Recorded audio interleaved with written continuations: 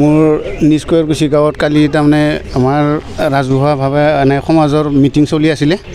মানে ৰাইজৰ নিয়ম নীতিৰ কিছুমান হেৰিটো মানে ভাল বেয়া আলোচনা কৰিবৰ কাৰণে আমি ৰাইজে থুবুৰি হৈছিলোঁ তাৰে ভিতৰতে আমাৰ মিটিং ঠিক ভাও অৱস্থাত আমাৰ সভাপতিজনৰ লগত তেওঁলোকৰে ঘৰৰ মানুহ এটা আহি অলপ তৰ্ক বিতৰ্কৰ নিচিনা হয় কথা কিছুমান মানে যুক্তি ধৰাত সেই যুক্তিত তাৰমানে যিহেতু মানে আমি ৰাইজে যুক্তিটোহে বিচাৰোঁ সি অযুক্তিত বিচাৰি আহি পেলাই মানে হেৰি কৰিলে তাৰপিছত হঠাৎকৈ মানে সভাপতিজনে অলপ খং কৰিছিলে তাৰপিছতে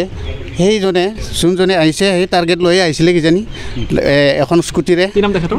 সুন্দৰ নাৰ্জাৰী সময়টো 7:30মান বজাত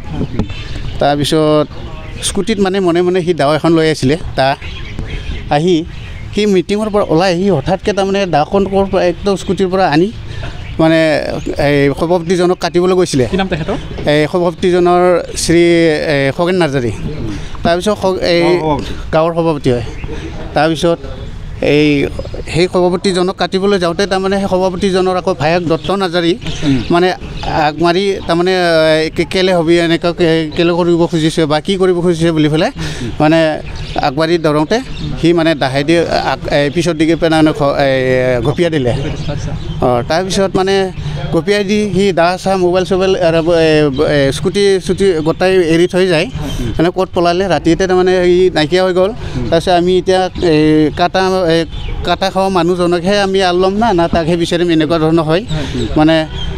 নাপাত্তা হৈ গ'ল তাৰপিছত সেই মানুহজনক আমি মেডিকেলত ভৰ্তি কৰাই দিলোঁ